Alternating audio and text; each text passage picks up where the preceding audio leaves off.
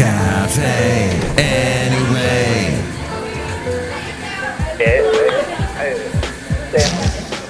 Mike's Daily Podcast. FF episode 1991. It's a palindrome. 1991. Or is that an onomatopoeia? I forget. Mike's Daily Podcast. As we get to 3-3 tomorrow. It's March 3rd. Who cares? I'm Mike Matthews. I have no hairs. But it's going to be 1991 today, 1991. And that was a year that had people having fun. That, namely me, because I was young. Mike's Daily Podcast. And I had my first full-time job in radio. And I was playing a lot of Mike's Peter Cetera. Daily Oh, the Peter Cetera. Podcast. Lots of Peter Cetera of Chicago. Yeah. Who else? Whitney Houston, Michael Bolton. It was that era. It was, oh gosh. Spin Doctors. No, that was 92. I'm getting a little ahead of myself. And then U2 had Achtung Baby. I've been neglecting U2 in all these years that I've been talking about there. From the late 80s to the early 90s. Lots of U2. You had the Joshua Tree in around 86, 87. And then they did that Rattle and Hum album, like 88. And then Achtung Baby in 90. Dang. In 91, lots of big songs that were one, but we're not the same. Will we hurt each other? Will we do it again? You say, love is a temple. Love the higher law. Love is a temple. Love the higher law. You ask me to enter and then you make me crawl. And I can't keep holding on to what you got when all you've got is hurt. You know, he wrote that. The guy, you know, U2, typically, they say that they write all the songs, the four of them, but it's primarily Bono and Edge. And it was written as the band was thinking of breaking up. They had it. And here's today's podcast picture. And it came from that and hanging out in Berlin just as the wall was falling, was coming down, and just having an interesting experience there. All right, so the podcast picture today, I will tell you right off the bat today, it is a wonderful photo of me in the snow. Because I finally got to see snow. It's been a long time. I used to go skiing as a kid, but haven't done it. I didn't want to do, everybody does the lemming thing in the Bay Area where they go up to Mount Tahoe. Instead of, Basil and I went to Mount Shasta with lovely lady friend. And he sat in the snow for a little bit and said, you know what? No, that's okay, Mike. Thanks, but no thanks. Don't like it. I got it. I got the tip, Basil. So, we had a great time up there, and I've talked about it off and on over the past couple of weeks, the trip. And I've actually, what I do on every trip I'm on, I just grab a bunch of local tour guide. You know, they always just, once you're there, all those publications, all those freebies, those freebie magazines and brochures, I grab a bunch of them. The thing is, I don't read them while I'm on the trip. I read them when I get home, and then it doesn't matter. Then it doesn't help me anymore. But, so what I've been seeing, what I find fascinating about the Shasta area that I did not know, Lake Shasta is basically a lake on top of a bunch of very big towns. And then there's that Whiskey Town Lake Whiskey Town, something like that. That was actually, there was a town at the bottom of the lake called Whiskey Town. They didn't build the town when the lake was there. First came the town, then the lake, just so you know. Yeah, they told them. And in one article I was reading, I forget which place this was, Kessel or something like that, in the Lake Shasta area. To make Lake Shasta, they dammed up, made a big old dam, and basically all the towns that were in this valley were flooded. Similar to Oh Brother, Where Art Thou? Love that movie, and I lived in that area for a while in Alabama, in the Tennessee Valley and the Tennessee River. The Mountain Man, we get together anytime Mother Nature's band, something like that. Alabama song. So, but yeah, what happened was, so they told the people, the government came along, said, sell us your property, here's what we'll pay for it. I want more for my property. Too bad. Oh, this sucks. And then people were forced to sell, or some people just said, no, screw it, I'm gonna stay here. Try and flood me. And well, they flooded them, and they were either dead or got a boat and floated away and went, oops, that was a bad plan. Sometimes you're just in the wrong place at the wrong time.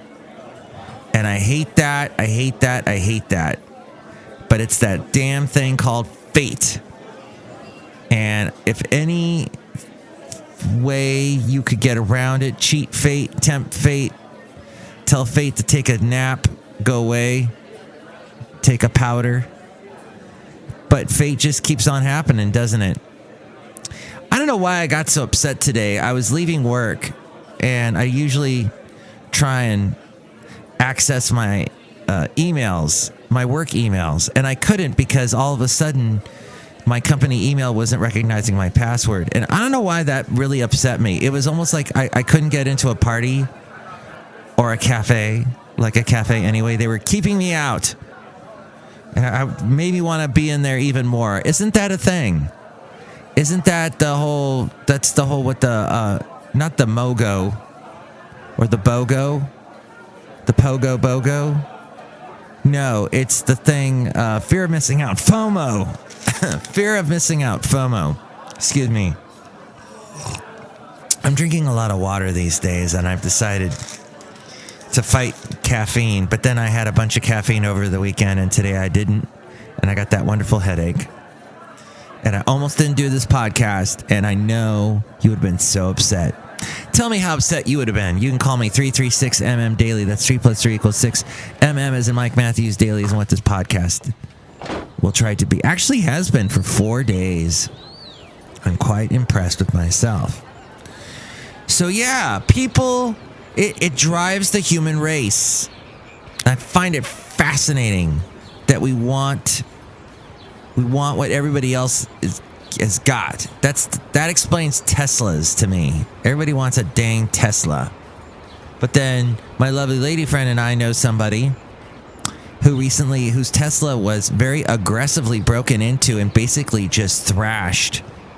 And it costs like a lot of money, a bunch of money to put it back together again.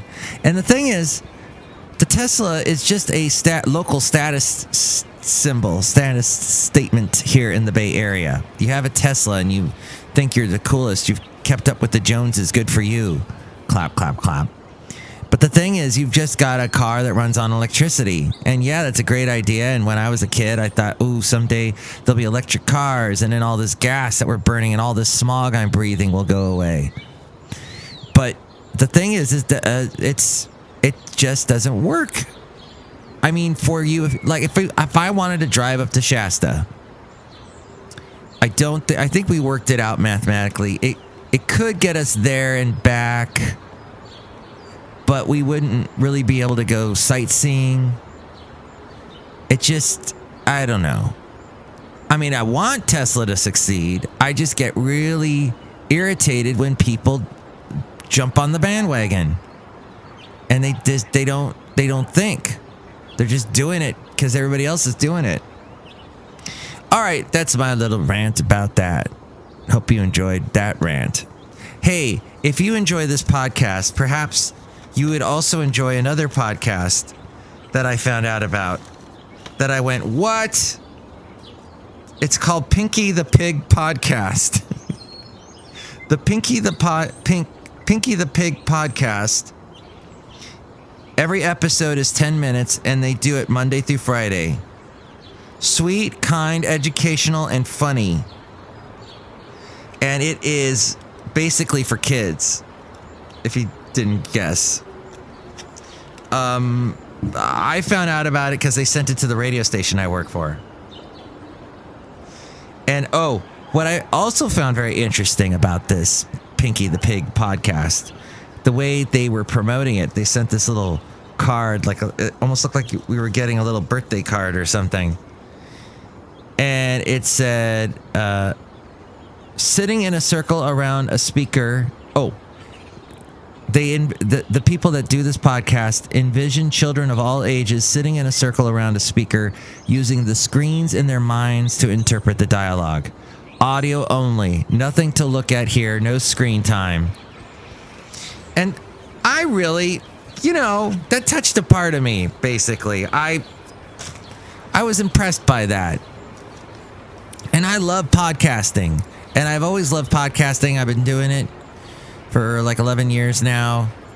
And it's because I love radio. I love the theater of the mind element. I love the fact that you just have your voice and you don't have to be distracted by visual stuff. That's why I find it hilarious, people trying to film while doing a podcast. They got the cameras going. To me, I'm like, what? What's that? No, you've just basically said that I am no longer going to use a phone and I'm going to use the little tin cans with a fishing string.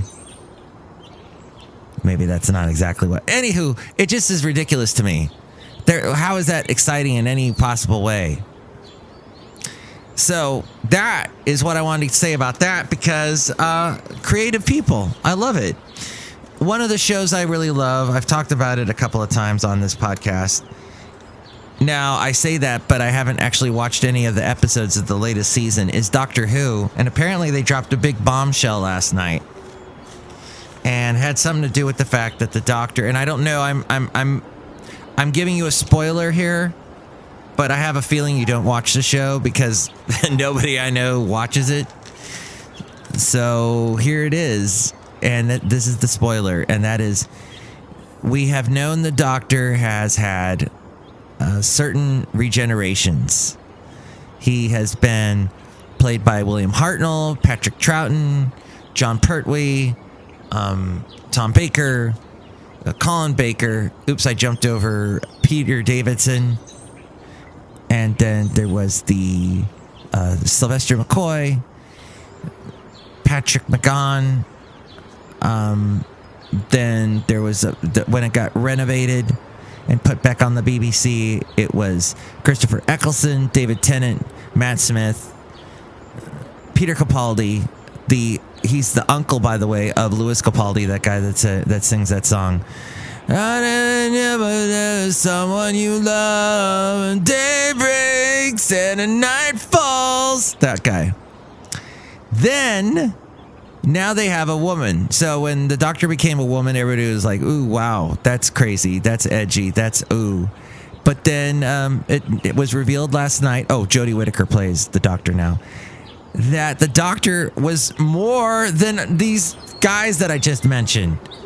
The very first actor I mentioned, William Hartnell, apparently he wasn't the first. There was all these other doctors before that. The Doctor has been a bunch of people, a bunch.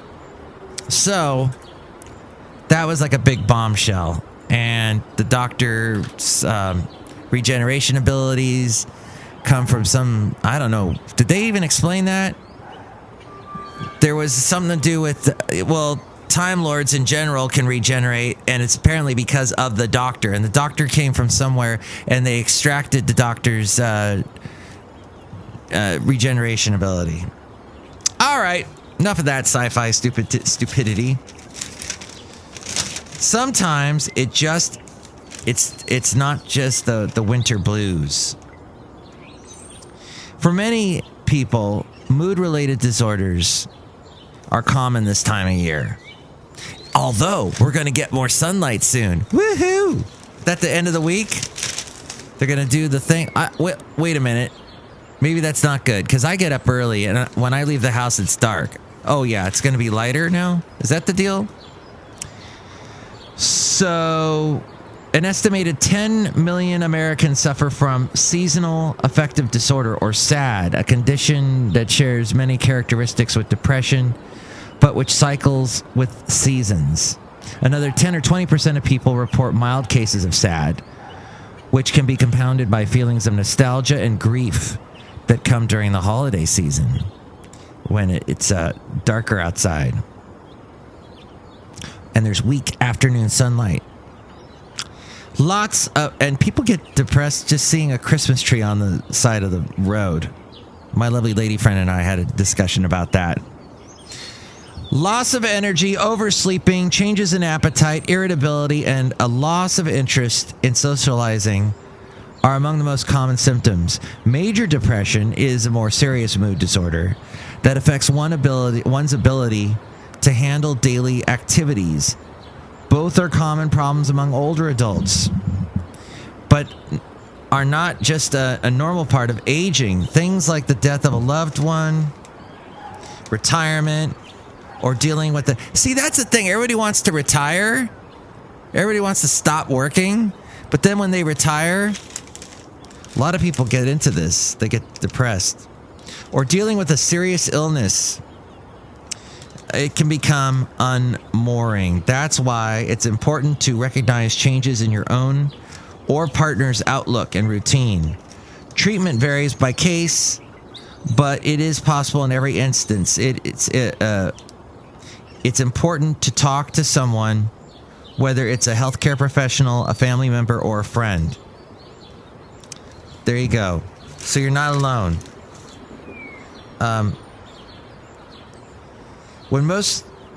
What? Oh. Okay. Well, this article suddenly got very difficult to read because they split the page and I don't know what's happening. So I guess basically summing up there, don't be afraid to seek help if you are feeling down. That's the truth. You will get help and you will get better. What's this sentence here? Most of the time when people talk about their health, they're really talking about their unhealth. That's because by and large, we measure health from a deficit perspective. Huh? How far away from your optimal health you are as a result of illness, disease, or injury. That's true. Yeah. When we talk about health, we're talking about, that thing that I am when I'm healthy. That health. And yet that tells only a small part of the story, and that's where the idea of quality of life comes in. Rather than using morbidity as a yardstick, quality of life is a multi-dimensional concept that incorporates physical, mental, and social indicators to give a broader picture of overall health. For individuals, that can mean taking into account things like your mood, energy level, and spiritual satisfaction. The goal for a truly excellent quality of life is to ensure your physiological health is strong, but also that you live a lifestyle that promotes social, emotional, and cognitive stability. And I guess was January was International Quality of Life Month. It's important to take stock of your health from this holistic perspective. It can not only help determine risk factors for disease like body mass index, which, by the way, that body mass index thing. How is anyone ever supposed to attain that, right, Basil? It's ridiculous. But I guess, you use it as a gauge and, try for the best. Also, there are other determining risk factors for disease like inactivity and smoking. So just keeping that all in mind. All right, I'm going to get rid of that article. Thank you for listening to the show. Let's say hi to some people outside of Cafe Anyway, located... Sorry, I got the coronavirus. Oh my gosh, it used to be that joke from the what was it? Zoolander? I got the black lung, Dad. Pa. I think I'm getting the black lung, Bob. I got the black lung. Well, now it's not that funny anymore to mention coronavirus. Let's say hi to some people. Hi, Mom. It's Benita the Rodeo Queen. How y'all doing? And to disgruntled fiddle player, tell you what. What? If anybody near me coughs or sneezes, I'm going to grab that pig, Pinky the pig you were talking about, And I'm gonna shove it in their face. I'm gonna, you get the hell out of here. I'm gonna give you some swine flu. That was a beautiful story. Look who else is here. Hello, Mike. I make the delicious root beer. Have some right now. Oh boy, I'm pouring the root beer. I'm pouring it now. Pouring it. Pouring in the root beer. Oh boy. And I should drink it? Yeah. Or what are you gonna do? I'll cut you. All right, and then I better drink some. Here we go. Okay. Well, I hope this podcast has satisfied you in some sort of way. Next show, it's going to be Manabruta Vega Valentino and Bison Bentley. I strongly suggest don't check your email. Maybe I won't ever log back into my company's email. We'll see how long I'm working then. Or retiring early, if that should happen. Tell me what you think about all that. 336mm Daily, 3 + 3 = 6. is Mike Matthews Daily, as in what this podcast will try to be. Mike's Daily Podcast is written and produced and performed by Mike Matthews. His podcast is super easy to find.